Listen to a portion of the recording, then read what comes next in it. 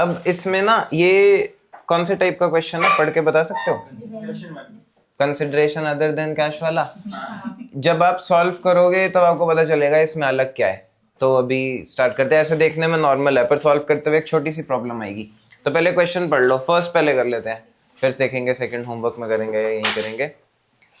A company purchased assets of the book value of 6 lakhs and took over liabilities of 150 from Golden Limited. It was agreed that the purchase consideration settled at 480. पहले आप ये बताओ इसकी company की capital कितनी हुई, मतलब जो, और आप उसके बदले कितनी परचेज, तो 30,000 गुडविल हो गई। By paying debentures of 100 each at a premium of 10, it was agreed that any fraction be paid in cash. तो ये यही वो लाइन है, मतलब ये ना भी लिखी हो, ये आपको सॉल्व करते हुए पता चल जाएगा इसका क्या करना होता है। ठीक है, तो इसको स्टार्ट करते हैं। फर्स्ट जर्नल बताओ। Assets debit, goodwill debit, two liabilities, assets account debited कितना, 6 lakhs. टू, मैं जिनको समझ नहीं आता जो बैलेंसिंग फिगर से निकालते हैं उनके लिए लिख रहा हूं अभी। टू लायबिलिटीज 150, किसको पैसे देने हैं, उसका नाम लिखा है टू गोल्डन लिमिटेड्स अकाउंट, कितना है 480। अब हमें यहां से ही दिख जाता है कि 30,000 डेबिट में बचेगा। गुडविल अकाउंट डेबिटेड 30,000, ये फर्स्ट जर्नल हो गई। सेकंड पे चलते हैं। गोल्डन लिमिटेड्स अकाउंट डेबिटेड 480, अभी रुक जाओ युष, 2। इसमें आपने प्रीमियम पे शेयर्स देने हैं, कितने प्रीमियम पे, 10%। तो यहाँ नंबर ऑफ शेयर्स निकालने होंगे, तो नंबर ऑफ शेयर्स पहले निकालते हैं। नंबर ऑफ शेयर्स कैसे निकलता है, 480 अपॉन 10 रुपए का था, 100 का था डिबेंचर और 10% प्रीमियम है। तो अब ये सॉल्व करते हैं, ये कितने डिबेंचर्स आएंगे, इसको सॉल्व करो। 4363.0. एक सेकेंड, एक बच्चा बोलेगा रादर देन 3 एक साथ। 363.36 शायद लास्ट में, वेरी गुड, पूरा बोलने के बाद। 4363.63. 43.63. ये आ रहा है, एक बार चेक कर लो। अब डिबेंचर्स, मैंने ये नंबर ऑफ शेयर्स लिख दिया है। डिबेंचर्स, चाहे ये नंबर ऑफ शेयर्स हो या चाहे ये नंबर ऑफ डिबेंचर्स हो, ये कभी डेसिमल में नहीं आ सकता क्योंकि हम डेसिमल में शेयर्स या डिबेंचर्स इश्यू ही नहीं कर सकते। तो अब हम इस केस में करेंगे क्या, ये नंबर कोई भी हो डेसिमल के बाद वाला, मतलब ये 0.5 से कम हो, ये 0.2 हो, ये 0.2 हो, या ये 0.5 से ज्यादा हो, ये 0.9 हो, या ये 0.9999 कुछ भी हो। राउंडिंग ऑफ जब आप करोगे हमेशा पीछे करोगे, ये याद रखना, आगे कभी नहीं। ठीक है, उसका एक रीजन है, आप समझ जाओगे अभी क्यों। तो अगर हम इसको राउंड ऑफ करेंगे, आप मैथ्स के राउंड ऑफ में जाओगे तो आप इसे 64 कर दोगे, वो आप नहीं कर सकते। यहाँ आप ज्यादा डिबेंचर नहीं दे सकते, आप कम डिबेंचर दे करके बचे हुए अमाउंट का कैश दे सकते हो, पर ज्यादा डिबेंचर दे दोगे तो क्या जो 10-20 रुपए बच गए वो उससे वापस लोगे, वो नहीं किया जा सकता। इसीलिए इसका आंसर है 4363 डिबेंचर्स। अब 4363 डिबेंचर्स के हिसाब से यहाँ एंट्री की जाएगी। तो 2 कितने परसेंट डिबेंचर्स दे रहे थे हम, लिखा ही नहीं है, बाय इशूइंग डिबेंचर्स, वो 10% प्रीमियम है। 2 डिबेंचर्स अकाउंट 2 क्या, देखो आप लोग सिर्फ तब आंसर ही करो अब जब आपसे पूछा जाए, वो ज्यादा बेटर है। 2 सिक्योरिटीज प्रीमियम, पहले ये लिखते हैं। तो 4363 इंटू 100 और 4363 इंटू 10, तो ये आ जाएगा 436300 आप इन दोनों को ऐड करोगे तो क्या 480 बनेगा? ऐड करो, कितना बन रहा है? 4793 तो कितने रुपीस कम रह गए? 70 रुपीस कम रह गए। अब हम 70 रुपीस के बदले डिबेंचर क्यों नहीं दे पाए? क्योंकि आपका एक डिबेंचर ही 100 का है। ये बात समझ में आई? जब मेरे को किसी को, ये पता है इस क्वेश्चन में हो क्या रहा है? इस क्वेश्चन में कुछ ऐसा हो रहा है कि आपने किसी को 1020 रुपीस देने हैं, ठीक है, पर आपके पास सिर्फ 500 के नोट हैं। क्या आप ये पेमेंट कर सकते हो 500 के नोट में? नहीं कर सकते। आपको क्या करना होगा? वेरी गुड, 500 के 2 नोट देने होंगे और उसके बाद 20 का ही नोट दे सकते हो, ठीक है। एक दूसरा ऑप्शन भी है, उसे 1500 दे दो, उसे 3 नोट दे दो और उसके बाद उससे 480 वापस ले लो, पर ये हम इस चैप्टर में नहीं करने वाले। इसीलिए मैंने बोला राउंडिंग ऑफ पीछे करना। जब पीछे राउंड ऑफ करोगे तो सिंपल सी बात है कि जो उसकी पेमेंट है उसको हम 4363 डिबेंचर्स में कर देंगे। फिर हमें यहां से दिखता है कि ये सम 70 रुपीज से कम है। 70 रुपीज के अभी डिबेंचर्स उसे नहीं गए और 70 का डिबेंचर उसे जा भी नहीं सकता क्योंकि हमारा डिबेंचर ही 100 का है, 70 का कैसे दे दूं? तो इसीलिए बाकी अमाउंट में कैश में पे करूंगा। ये शेयर्स में भी क्वेश्चन हो सकता है और ये डिबेंचर्स में तो हमने कर ही लिया।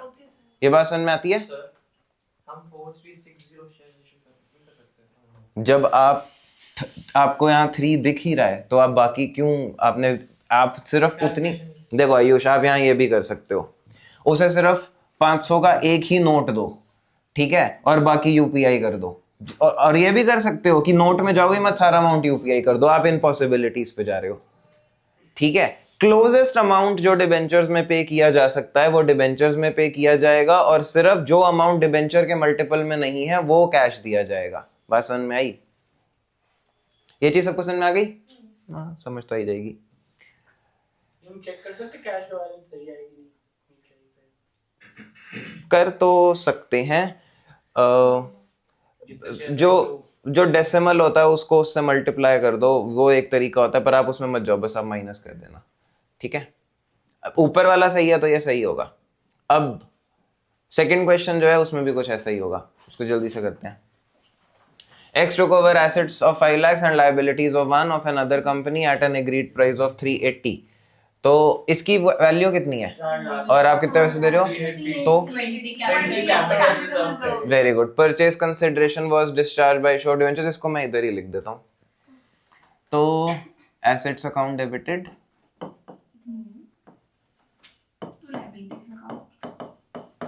5 lakhs to liabilities account 1 to, किसको इशू कर रहे हैं हम? नाम नहीं है तो वेंडर लिख देते हैं, ले रहा है। वो तो टुक ओवर है, वेंडर का नाम नहीं है।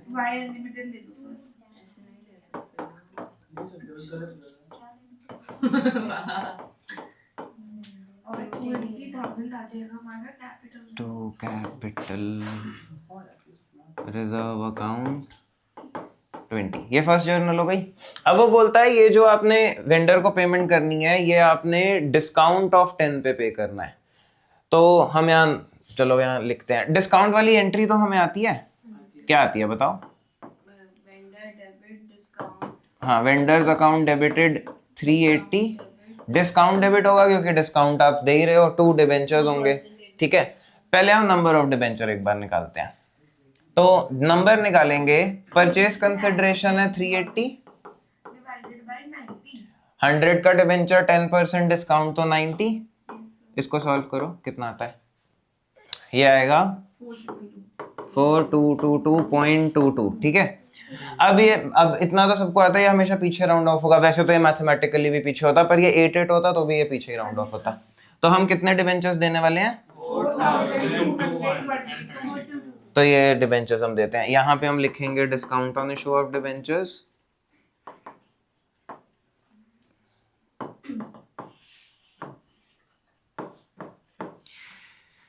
यहां आप क्या करोगे, ये अमाउंट कैसे निकालोगे, नंबर इनटू डिस्काउंट का अमाउंट, यही करोगे। 4222 इनटू डिस्काउंट कितना दे रहे हो 10, ये हम अभी ने इसमें तो एक जीरो ही लगाना है। 42220 2 इस पे डिवेंचर्स का परसेंटेज है नहीं, 2 डिवेंचर्स, इसमें क्या लिखेंगे हम, ये अमाउंट कैसे निकालेंगे, number of debentures into issue price. नहीं 100 डिबेंचर्स में हमेशा जब भी जर्नल में 2 डिबेंचर आ रहा है किसी भी, हमेशा फेस वैल्यू आता है, इशू प्राइस यहाँ आ रहा है तो ऊपर क्यों 10 लिख रहे हैं हम, 422200। ठीक है, ये जर्नल मैच करती हैं, देखो 20 रुपीज का 20 रुपीज ऊपर ज्यादा है या नीचे ज्यादा है, ऊपर ज्यादा है। ठीक है, तो मतलब अभी आपने 20 रुपीज उसे नहीं दिए, आपने इतनी टोटल पेमेंट करनी थी ये सम, पर आपने किया यही है, 20 रुपीज बच रहे हैं, वो आप टू कैश लिखोगे। और क्यों नहीं दे पा रहे हम 20 रुपीज के डिबेंचर, हमारा डिबेंचर ही 100 का है, तो 100 के मल्टीपल्स में नियरेस्ट पेमेंट हम कर चुके हैं, अब 20 रुपीज कैसे दें, कैश में देंगे। ये बात समझ में आ गई, वेरी गुड। ये क्वेश्चन में वैसे तो यहाँ पे लिखता है it was agreed that any fraction of debenture was paid by cash, अगर ऐसी लाइन लिखी आती है तो पढ़ते ही आपको पता है कि ये फ्रैक्शन में आने वाला है। नहीं भी लिखा और आपका आंसर डेसिमल में आता है, पहले तो एक बार चेक करो कैलकुलेशन, ठीक है, कि मोस्ट ये कैसे आ रहा है, और अगर आ रहा है, श्योरली आ रहा है, तो फिर आपको ये करना है। बस समझ में आ गई सबको, वेरी गुड, वो तो आप है ही। अब ये क्वेश्चन है, अगर आपने ये क्वेश्चन कर लिया तो डिबेंचर्स के सारे टॉपिक्स हो जाते हैं। हाँ, ये बहुत बड़ा क्वेश्चन है, दिख रहा है। 1 अक्टूबर 2023, पहले क्वेश्चन पढ़ते हैं कुछ भी लिखने से पहले। Anshika limited purchased assets of 430 and took over liabilities of 90,000 of Greg limited at an agreed value of 380। ये केस हो गया कंसिडरेशन अदर देन कैश। उसके बाद it issue to the vendor 10% debentures 100 each at 5% discount, ठीक है, redeemable, ये उतना part हो गया। Same date the company issued 5,000 11% debentures of 100 each as collateral security to the bank, ये बैंक लोन और कोलैटरल सिक्योरिटी हो गया। उसके बाद एंड ऑल्सो इशूड यहां से 5,000 12% debentures of 100 each at par redeemable, ये नॉर्मल पब्लिक को इशू किया। तीनों टाइप के इशू आ गए जो आपको बताए हैं इस चैप्टर में। और उसके बाद ये भी है कि आपने उन पे इंटरेस्ट ऑन डिबेंचर भी पे करना है, इतना पैसा सिक्योरिटीज प्रीमियम में, क्योंकि ये राइट ऑफ करना होगा। एक ही क्वेश्चन में सारे टॉपिक, 3 इशू, डिबेंचर इंटरेस्ट और सारे लॉस को राइट ऑफ करना। ठीक है, जल्दी करते हैं। 1 अक्टूबर डेट है, तो 1 अक्टूबर से ही ये क्वेश्चन स्टार्ट होगा। एक बार आप क्वेश्चन देख लो। क्यों? हाँ ठीक है, पर पहला पार्ट तो देखो, पहला पार्ट तो देखो।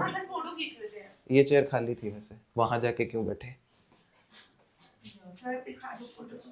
नहीं खींचेंगे। 1 अक्टूबर 2023, सबसे पहले हमने एसेट्स खरीदे, एसेट्स अकाउंट डेबिटेड 430,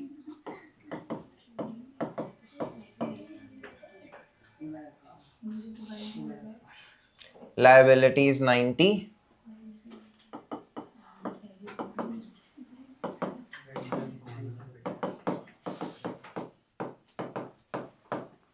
और उसके बाद हमने कितनी वैल्यू दी, क्या परचेज कंसिडरेशन है 380। इस कंपनी की कैपिटल कितनी थी, 340 टू ग्रेग लिमिटेड अकाउंट 340।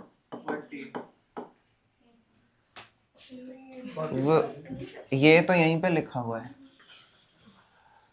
अब सम देखो दोनों साइड्स का, ये तो फिर बैलेंसिंग फिगर कहाँ आती है,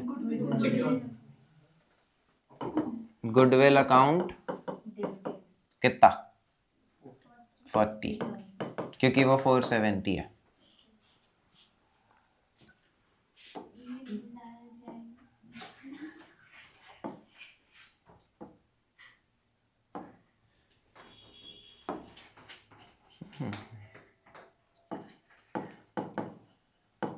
ठीक है, ये फर्स्ट जर्नल हो गई। अब ये जो 380 परचेज कंसिडरेशन है, ये हमने कैसे उसको पे किया, ग्रेग लिमिटेड उसका नाम।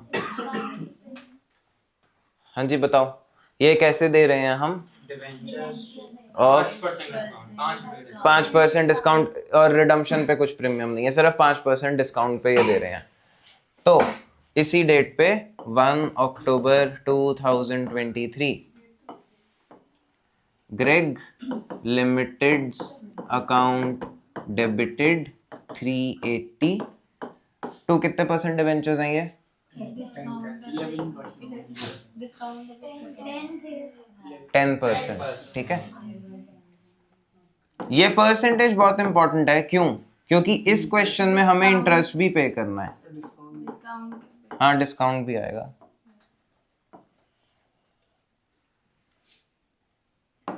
नंबर कैसे निकालेंगे? 380 अपॉन 95, क्योंकि कितना परसेंट डिस्काउंट है? 5% डिस्काउंट है, तो ये क्या आएगा? सॉल्व करो, सॉल्व करो। वहां कैलकुलेटर नहीं होगा। हाँ हाँ होगा, पूरा होगा। 4000 डिवेंचर्स।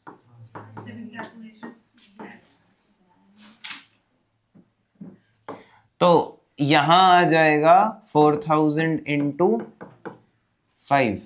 ये कौन? हाँ, तो एटलीस्ट देखो तो सही मैं क्या पूछ रहा हूँ। अपने ये जो आप गलतियां कर रहे हो, ये इसलिए क्योंकि आप पहले से सोच के बैठे हो।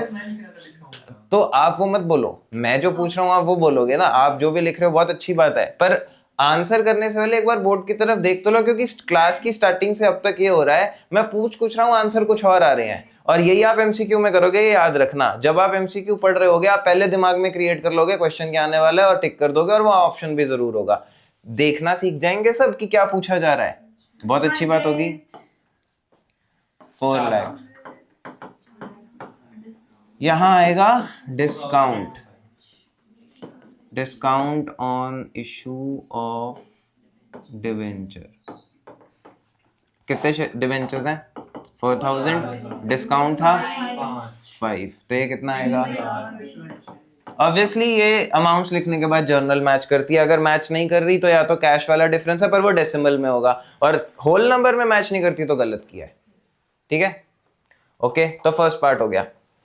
अब वो बोलता है सेम डेट पर कंपनी ने इशू करे 5000 11% debentures of 100 each as collateral security to the bank who had advanced loan of 450। ये लोन लिया हमने, इसकी जर्नल भी लिखनी है 450 सेम डे। कौन से पार्ट की? पार है ना। हाँ, तो पर ये रिडीमेबल एट पार है, तो पार में तो जर्नल बदलती नहीं, प्रीमियम में होता है जो होता है। Bank account debited to bank loan. अब आपने मेरे को लोन का अमाउंट भुलवा दिया है, क्या था? 450।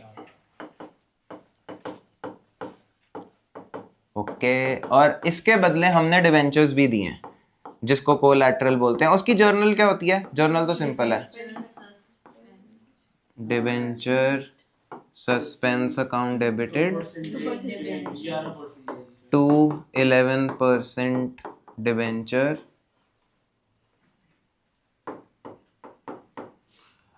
तो ये कितने हुए?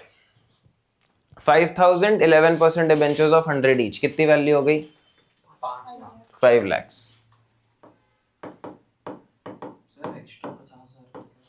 कौन से 50? आप इसमें मत जाओ कि लोन तो 450 का है, हम ये क्यों दे रहे हैं। ठीक है, क्वेश्चन जो भी नंबर्स दे रहा है आप जर्नल लिखो बस। ये चीज समझ में आ गई? अब इसके बाद सेम डे पे हमने पब्लिक को भी इशू करा, and also issued 5000 12% debentures of 100 each at par redeemable after 3 years at 5% premium। आप क्या कह रहे हो सिमर? अच्छा, 5000 12% debentures of 100 each at par। at par मतलब बस 5000 into 100, 5 लाख रुपीस आए। ठीक है, तो फर्स्ट एंट्री तो bank to debenture application allotment 5 lakh पे ही होगी, तो वो करते हैं। 1 October 2023 bank account debited to debenture application and allotment 5 5 lakhs। ये रिडीमेबल एट प्रीमियम है, पढ़ा था। तो 1 October 2023 debenture application and allotment account 5 lakhs। हमने ये सीखा है कि वैसे नॉर्मल जर्नल लिख लो एक एक डेबिट और क्रेडिट में छोड़ के। ये कितने परसेंट है? 5% प्रीमियम। Very good. ये कितने परसेंट डिबेंचर्स है? क्वेश्चन ये था। 12% डिबेंचर्स हैं, 5% प्रीमियम। हाँ, क्योंकि मैं क्वेश्चन अभी पूरा करता उससे पहले आप बीच में कूद गए थे। 12% डिबेंचर्स। इसको अब कैसे मैं इसके बाद क्या करते हैं? इसके बाद बीच में लॉस तो यहाँ loss on issue of debenture to premium payable on redemption of debenture account. ये कितना परसेंट है इसका? वो कितना हुआ? 25,000 यहाँ और 25,000 यहाँ।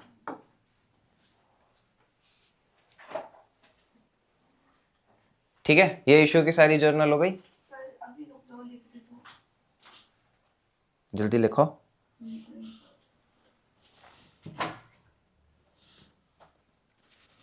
सर जब ये रिडीम होंगे तब पीएनएल से नहीं कटेगा ना, क्योंकि पीएनएल से अब कट रहा है। अगर आप लॉस को अब राइट ऑफ कर चुके हो तो बस लॉस राइट ऑफ हो गया। अब अगर हम इसके आगे देखें, क्या हुआ?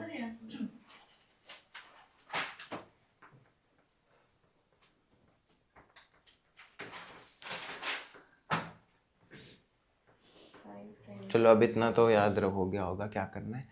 अब देखो इसके बाद है interest on debentures is paid half yearly on 30th September and 31 March each year. ये सब कुछ किस डेट पे हुआ? ये सारे इशू 1 अक्टूबर। तो क्या 30th सितंबर वाला इंटरेस्ट बनता है? नहीं। अगर हम टाइमलाइन ड्रॉ करें, रुको इससे ड्रॉ करते हैं।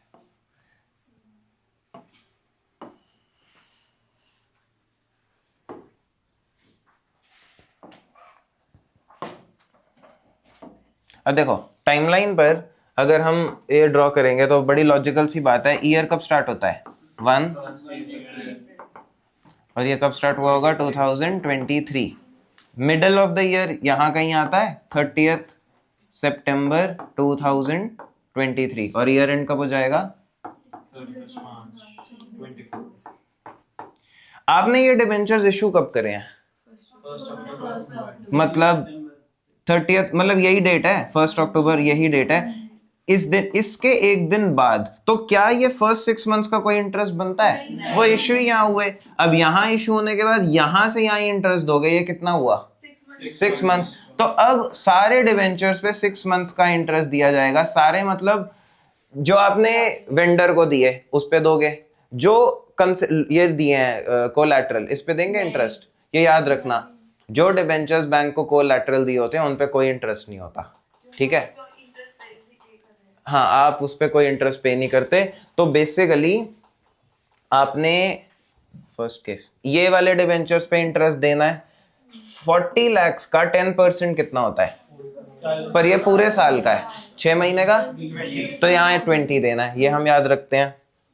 फिर ये जो हमने कोलैटरल सिक्योरिटी दिया है इस पे कोई इंटरेस्ट नहीं है। ठीक है, इंटरेस्ट नहीं है तो इसको छोड़ देते हैं। फिर हमने पब्लिक को डिबेंचर इशू करे हैं, कितने के और कितना परसेंट इंटरेस्ट है? कितना हुआ? हाफ करो 6 मंथ, तो टोटल इंटरेस्ट कितना हुआ? 50,000। ये बात समझ में आई? अब मैं जर्नल को ना यहाँ कंटिन्यू कर रहा हूँ इसके आगे से। तो और ये एंट्री किस डेट पे लिखी है? ईयर एंड पे, जब वहां 31 मार्च 2024 क्या होती है जर्नल? डिबेंचर इंटरेस्ट या इंटरेस्ट ऑन डिबेंचर? क्यों? 6 महीने का तो हाफ कर रहा है तो। अच्छा, तो 30th सितंबर आप किस ईयर पे हो? Calendar year, financial year? Ayush, very good. मैं तो कैलेंडर अरे सही बोल रहा था यार। Debenture interest account debited to debenture क्या इसमें अलग अलग लिखेंगे, जैसे 30,000 उसके और 20 नहीं, इसमें टोटल लिखोगे। हाँ 50। आप मेरे को समझाओ, आप 31 दिसंबर को क्यों इंटरेस्ट देना चाहते हो? 3 महीने दे देगा। पर 31 दिसंबर क्यों? फिर 30 नवंबर को भी दे दो। 31 दिसंबर ही क्यों बोल रहे हो? वैसे भी यहाँ पर लिखा है, इस क्वेश्चन में ही लिखा है half yearly on 30 September and 31 March. Question में भी ये लिखा है, और ये ना भी लिखा हो, हमारे फाइनेंशियल ईयर्स के 2 हाफ क्या हैं जो फाइनेंशियल ईयर है। आप 31 दिसंबर तो कैलेंडर ईयर की बात करते हो, और अकाउंटेंसी पहले 6 मंथ्स 1 अप्रैल से यहाँ 30 सितंबर हुए, अगले 6 मंथ्स यहाँ से यहाँ यही हुए। 31 दिसंबर आ कहाँ रहा है, यही तो पूछ रहा हूँ। हाँ, क्योंकि आप कैलेंडर ईयर पे सोच रहे हो, स्टार्टिंग से बोल रहा हूँ। अब इसके बाद इसको 31 March 2024 debenture holders account debited to bank account bank account 50। नहीं, अभी राइट ऑफ रहता है। हाँ अब यहाँ लग रहा है क्वेश्चन खत्म, तो अभी आपके 6 में से 2 तो कट ही जाएंगे। ये हो गया डिबेंचर इंटरेस्ट। ये अब आप इसके बाद देखो, क्या उसने इसके आगे तो कुछ भी नहीं बोला, उसने बस ये बताया हमारे सिक्योरिटीज प्रीमियम में 120 का अमाउंट है, और अगर आपको लग रहा है ये जर्नल पूरी हो गई, तो नहीं हुई पूरी, आपको सारे लॉसेस राइट ऑफ करने हैं। स्टार्टिंग से देखते हैं हमारे पास लॉस हैं कौन कौन से। इस जर्नल में कोई लॉस नहीं है। इस जर्नल में कोई लॉस आया आपके पास? डिस्काउंट कितना? 20, ये लॉस है। ये किससे राइट ऑफ होता है सबसे पहले? और फिर P&L SPL। इस यहाँ पर कोई लॉस है इन किसी जर्नल में? नहीं है। यहाँ पर है, ये भी है। अब एक चीज आप याद रखोगे, आपने यहाँ पर अकाउंट का नाम यूज किया है loss on issue of debenture, और ऊपर आपने अकाउंट का नाम यूज किया था डिस्काउंट। आप राइट ऑफ भी इन्हीं नाम से करोगे। ऐसा नहीं राइट ऑफ करते हुए ये अपने आप loss on issue of debenture बन गया। आपने यहाँ discount on issue of debenture लिखा है ना, तो लॉस राइट ऑफ करते हुए इसको discount on issue of debenture लिखा जाएगा। ये दोनों कहां से राइट ऑफ हो जाएंगे? क्योंकि वो तो ज्यादा अमाउंट का है, और हमारे पास इन दोनों का सम बनता है 25 और 45, और ये तो 120 है। ठीक है, और फिर एक लॉस और है यहाँ पे, ये किससे राइट ऑफ होगा? ये क्योंकि सिर्फ P&L से ही, SPL से राइट ऑफ होता है और किसी से भी नहीं। तो 31 मार्च 2024 राइट ऑफ करने की जर्नल बताओ। सिक्योरिटीज प्रीमियम अकाउंट डेबिटेड, नहीं एक साथ दोनों को क्यों करना? क्योंकि उस केस में तो यही नहीं समझ आएगा किससे क्या राइट ऑफ किया। To discount on issue of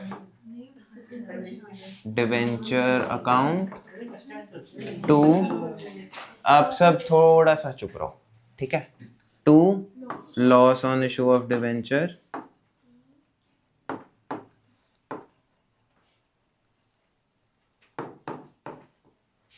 amounts 120 नहीं आएगा। 45 आप मैथ्स का टेस्ट दे के आए हो ना, अगली बार मैथ्स का टेस्ट देने के बाद आप घर जाना सीधा, ठीक है। पता नहीं वो क्या कर रहा है। Discount on issue of debenture, अभी थोड़ी देर पहले आपका ईयर 31 दिसंबर पे खत्म हो रहा है। अब जो फुल अमाउंट ऑफ प्रीमियम है उसी को डेबिट करना है। हाँ, तो मैं मान ही रहा हूँ, मैथ्स के बाद यहाँ अकाउंट्स कहाँ पढ़ रहे हो आप बड़े काम करो, मैथ्स का एग्जाम फिर से दो आप। 31 मार्च 2024, अब वो जो डिवेंचर इंटरेस्ट है, statement of profit and loss account debited to.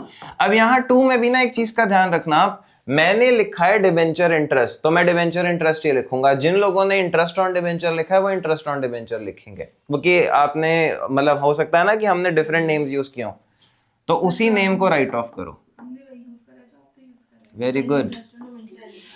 Debenture interest account नहीं, मैंने इंटरेस्ट ऑन डिबेंचर ही बोला था। 50।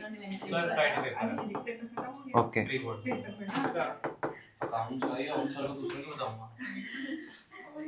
हो गया, सर बोल रहा है जल्दी से लिखो। लास्ट के दिन लाल लाल वाली एंट्री वो रहेगी। हाँ लिखो लिखो, अभी अभी है क्वेश्चंस और, पर इस क्वेश्चन में सब कुछ कवर होता है, अगर ये कर लिया तो सब कुछ कवर हो जाता है। ये टीएस ग्रेवाल का इलस्ट्रेशन है कोई, मतलब मेरे को नंबर तो नहीं याद पर है। अब ये क्वेश्चन एमसीक्यू पॉइंट से बहुत इंपॉर्टेंट है, और ये वैसे भी इंपॉर्टेंट क्वेश्चन है। इसमें आपको ज्यादा लिखने की जरूरत नहीं है, पर सुनने की जरूरत है काफी अच्छे से, और देखने की भी। Casio Limited issued 1,07% debentures of 50 each at a certain rate of premium। उसने कितने प्रीमियम पे इशू किया ये बात यहाँ पे नहीं बताई, ठीक है, वो ही आपको निकालना होगा basically. And to be redeemed at 10% premium, ठीक है। After writing off loss on issue of debenture, statement of profit and loss was debited with 2 lakh, ठीक है। कितने प्रीमियम पे इन्हें इशू किया था। अब क्वेश्चन ये बोलता है आपके डिबेंचर्स का फेस वैल्यू कितना है, पहले ये बता दो।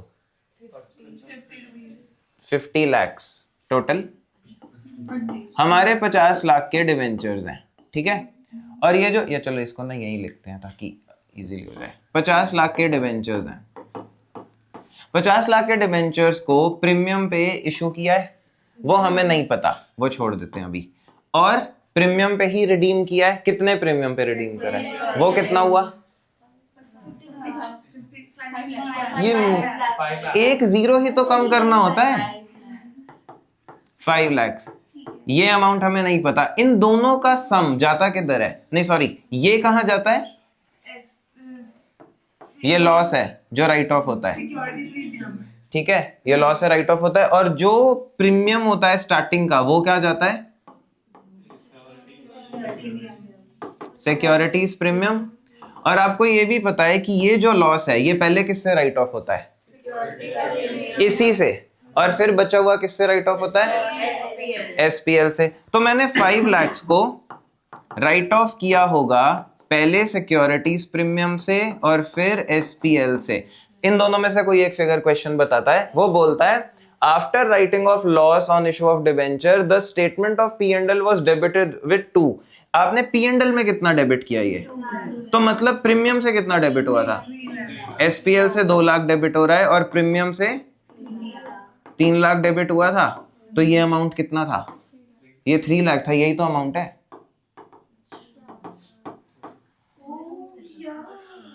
दोबारा से देखो, 50 lakhs हैं आपके डिबेंचर्स की फेस वैल्यू, आपने इन्हें एक सर्टन प्रीमियम पे इशू करा था, वो क्वेश्चन ने नहीं बताया, ठीक है। पर आपने प्रीमियम पे रिडीम भी करा है, वो क्वेश्चन ने बताया 10% है। तो मैंने कितना रिडम्पशन पे प्रीमियम है वो निकाला, वो 5 लाख रुपीस आता है।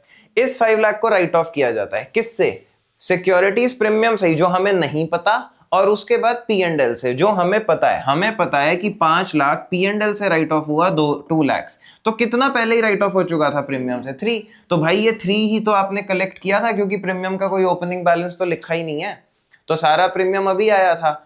अब क्वेश्चन ये पूछता है कितने रेट पे डिबेंचर्स को कितने प्रीमियम पे इशू किया था। 50 लाख के डिबेंचर्स पे अगर 3 लाख प्रीमियम लिया, ये कितना परसेंटेज है, परसेंटेज निकालना आता है, 3 lakhs divided by 50 lakhs into 100, 6%।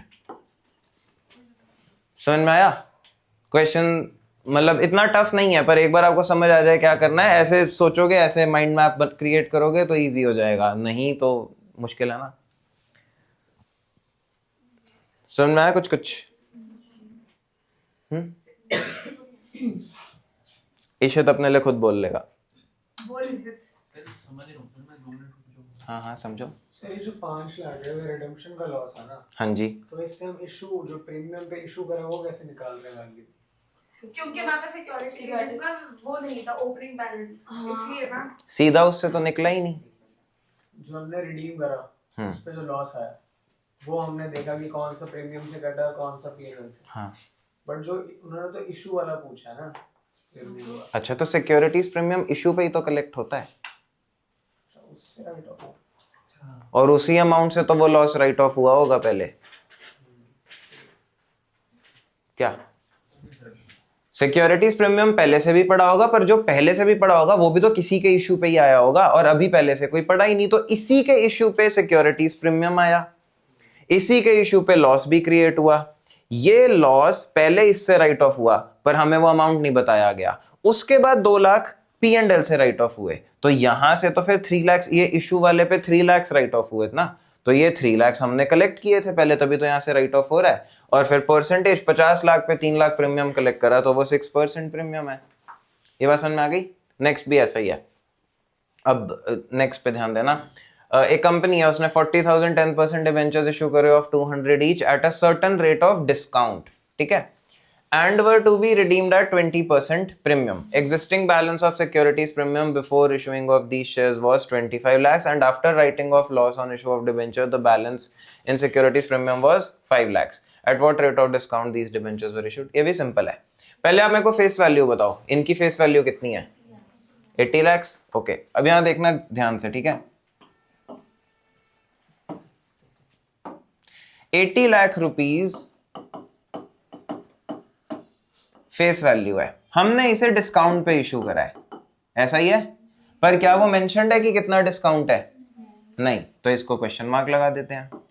और हमने इसे प्रीमियम पे रिडीम करा है, कितने प्रीमियम पे? 20। वो कितना हुआ इसका 20%? 16 lakhs। ये जो डिस्काउंट होता है ये किस लेजर में जाता है? Loss on issue of debenture.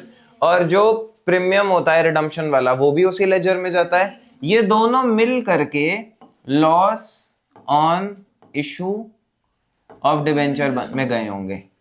ये बात समझ में आती है? ये लॉस राइट ऑफ कहां से होता है? सबसे पहले सिक्योरिटीज प्रीमियम, ओके, और उसके बाद बच जाए तो SPL। अब आपको बताता है वो सिक्योरिटीज प्रीमियम का स्टार्टिंग में बैलेंस कितना था और लास्ट में कितना हो गया, तो कितना राइट ऑफ किया गया है? तो ये मतलब इसका सम 20 लाख होता है ना, इतना ही तो प्रीमियम से राइट ऑफ हुआ, और जितना राइट ऑफ हुआ वही इन दोनों का सम रहा होगा। और उसमें से प्रीमियम ऑन रिडम्पशन 16 है, तो डिस्काउंट ऑन इशू कितना है? 4। तो अगर 80 लाख के डिबेंचर पे आपने 4 लाख रुपए डिस्काउंट दिया, तो कितना डिस्काउंट? 2%। इसका 10% कितना होता है? उसका हाफ, तो 5% हुआ ना। 2% MCQ में होगा, टिक करना। हाँ हाँ होगा पक्का। ठीक है, समझ में आया? तो इसका आंसर कैसे लिखना है? MCQ में होगा, या तो देखो 3 मार्क्स में वो पूछेगा ऐसा क्वेश्चन, तो पूरा ऐसे ही आप सॉल्व कर दोगे। मोस्ट प्रोबेबली MCQ में पूछेगा, क्योंकि ऐसे क्वेश्चन बोर्ड्स में MCQ में आए हैं, तो आप प्लीज इसको ध्यान में रखना। क्लियर है? ओके, क्लियर है तो बहुत अच्छी बात है। अब क्लियर ना हो तो फिर एक बार वीडियो फिर से देख लेना। ये लास्ट क्वेश्चन है।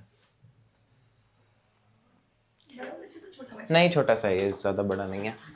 On 1 April 2021, Sun India Limited issued 10,000 12% debentures of 100 each at a discount of 5% redeemable as follows. कितने डिबेंचर्स इशू करे आपने? 10,000। और ये आप वापस कैसे कैसे कर रहे हो? 10,000 डिबेंचर में से 2,000 आप अगले साल वापस कर दोगे, फिर कितने बचेंगे? 8,000। उसके अगले साल आप 5,000 और वापस कर दोगे, तो कितने बचे? 3। और फिर उसके 1 साल बाद आप वो 3 भी वापस कर दोगे। इससे फर्क क्या पड़ता है आपको ना? आपको रिडम्पशन की एंट्री नहीं लिखनी, क्योंकि रिडम्पशन आपके सिलेबस में है ही नहीं। आपको सिर्फ इंटरेस्ट की एंट्री लिखनी है। पर फर्स्ट ईयर, मैं 1 सेकंड रुक जाओ, यहाँ टाइमलाइन बनाता हूँ, उससे आपको समझ में आ जाएगा।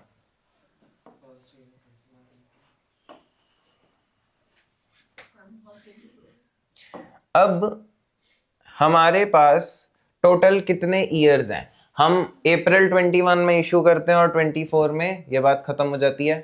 तो एक साल तो सारे रहे, फिर अगले साल ये, फिर उसके अगले, तो हमारे पास 3 ईयर्स में ये काम होता है।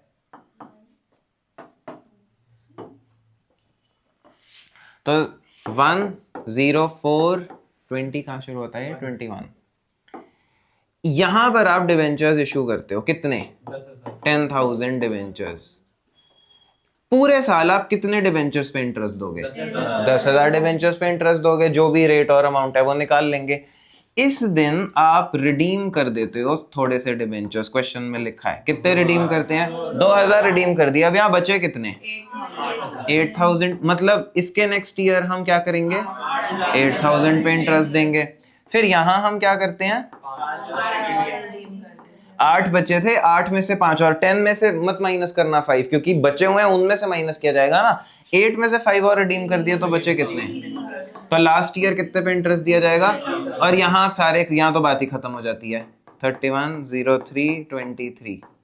ठीक है, यहाँ पर तो कुछ भी नहीं बचता, ये तो बात ही खत्म हो जाती है। तो बस हमें ये ध्यान रखना है कि फर्स्ट ईयर में 10,000 पे इंटरेस्ट दिया जाएगा, नेक्स्ट ईयर एंड में 8,000 पे और फिर 3,000 में। साथ एक और चीज, ओके वेरी गुड।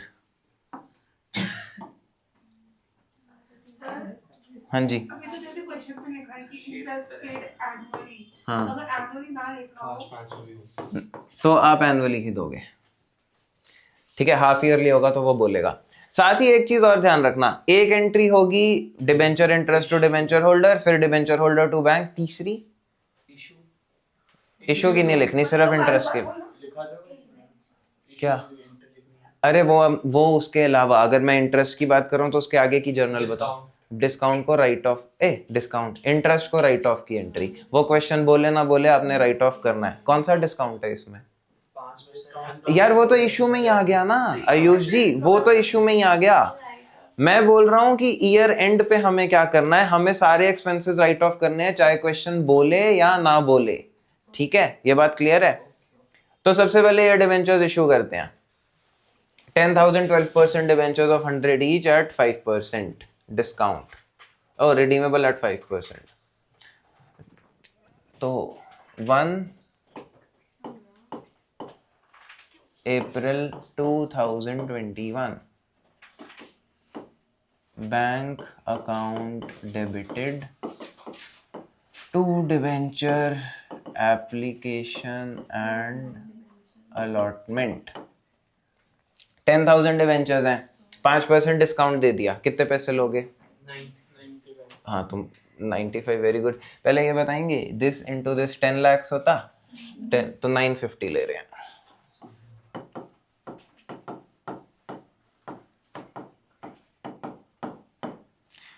फिर 1 अप्रैल, अब क्या होगा? डिवेंचर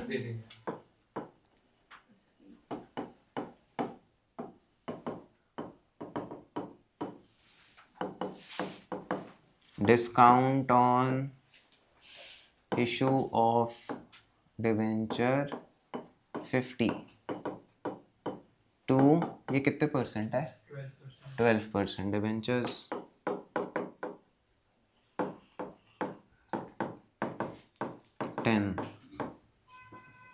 उसके बाद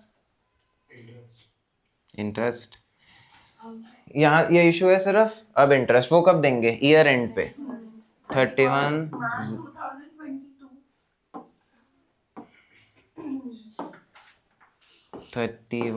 मार्च 2022। Debenture interest account debited to debenture holders account. ये कितना अमाउंट आएगा?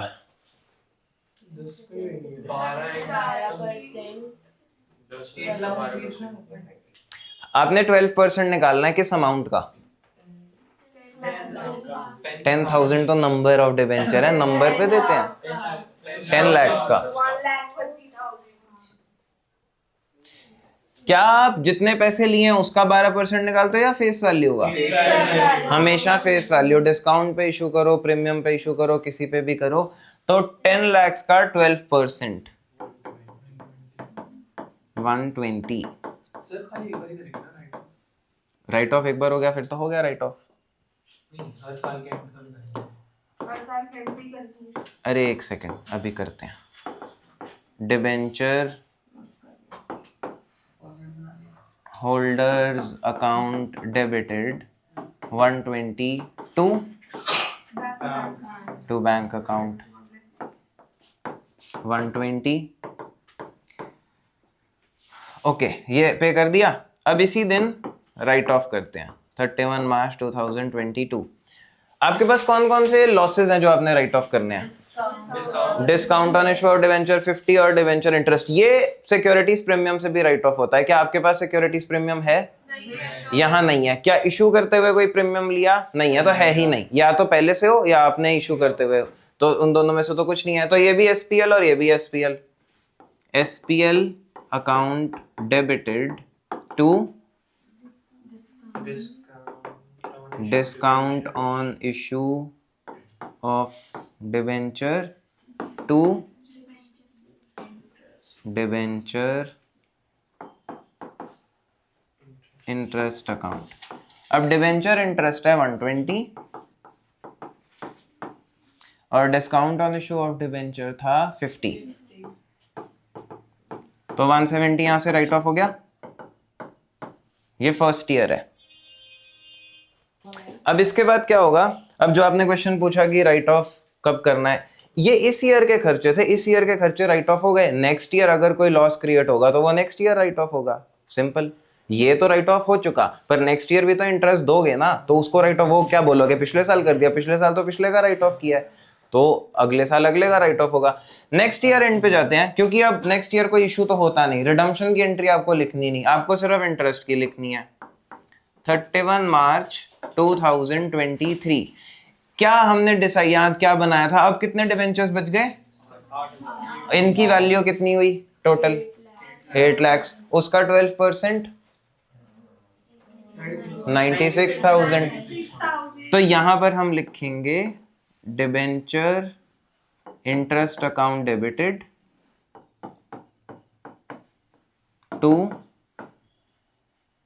Debenture holders account 96,000।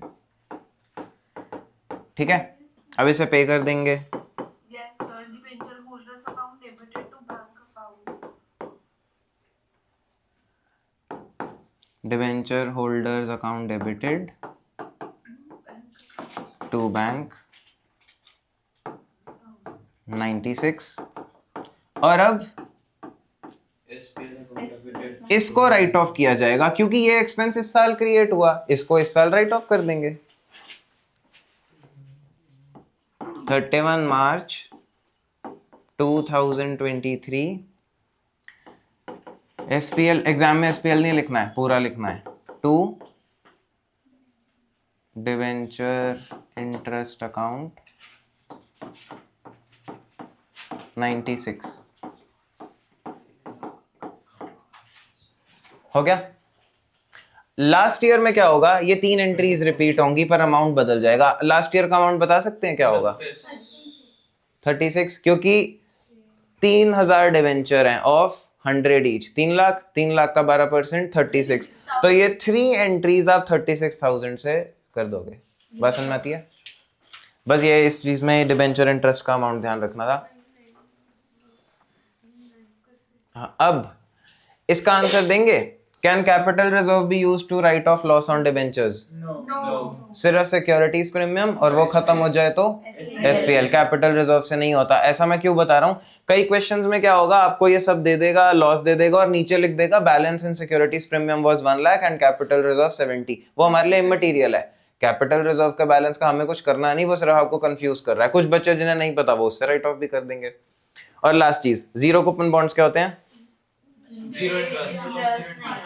वो डिबेंचर्स जिन पे 0% इंटरेस्ट है। तो फिर एक आदमी इन्हें खरीदेगा ही क्यों? गवर्नमेंट बैंक से लेती है। नहीं, इनमें इंसान कैसे कमाता है? Issued at discount. हाँ, वो आपको डिस्काउंट पे इशू करेगा, ठीक है, इशू होगा डिस्काउंट पे, मतलब आपसे लेगा 90 रुपीज और वापस या तो पार पे करेगा 100, तो 10 रुपी आपने उसमें अर्न कर लिया, या पार या प्रीमियम पे रिडीम करेगा तो और भी अच्छा, ज्यादा कमा लिया। जीरो कूपन बॉन्ड्स में इंटरेस्ट नहीं कमाया जाता, उसमें सिर्फ जो डिफरेंस है इशू प्राइस और रिडम्पशन प्राइस उस पे आपको प्रॉफिट होता है। एमसीक्यू पॉइंट से ये भी एक इंपॉर्टेंट चीज है। ये बात समझ में आ गई? एक मिनट। और इसका आंसर सी है। हाँ, without any specific rate of interest. हाँ, देखो जीरो कूपन बॉन्ड का बेसिकली ये मतलब है कि इस पे कोई स्पेसिफिक रेट ऑफ इंटरेस्ट नहीं होगा, जो मोस्ट प्रोबेबली जीरो ही होगा, ठीक है। अगर आपको एमसीक्यू में आ जाए, और एमसीक्यू में एक ऑप्शन है 0% इंटरेस्ट और एक ऑप्शन है नो स्पेसिफिक रेट, तो आप नो स्पेसिफिक रेट चूज करोगे, ठीक है। और वो no specific rate most of the times real life में जीरो ही होता है, उस पर कोई इंटरेस्ट नहीं मिलता। ये बात समझ में आ गई? ओके, अब किसी को कोई डाउट है किसी भी क्वेश्चन में? सारे क्वेश्चंस हो गए? जो इसमें आपने एमसीक्यू पॉइंट से बहुत इंपॉर्टेंट क्वेश्चंस करे हैं वो हैं ये, इनको ध्यान से देखना, ठीक है, ये काफी इंपॉर्टेंट है। ये दोनों क्वेश्चन बोर्ड्स में आए हुए हैं। और जो सबसे पहले किया था जिसमें आपको फ्रैक्शन में आ जाता है अमाउंट, वो, ठीक है, ये सब थोड़ा रेयर है। शेयर्स में भी ये चीज याद रखना, ये क्वेश्चन तो शेयर्स में भी आ सकता है, वो प्रीमियम वाला नहीं आएगा। क्यों? क्योंकि शेयर्स कोई प्रीमियम पे रिडीम होते ही नहीं, सिक्योरिटीज प्रीमियम से कुछ राइट ऑफ करना ही नहीं। ओके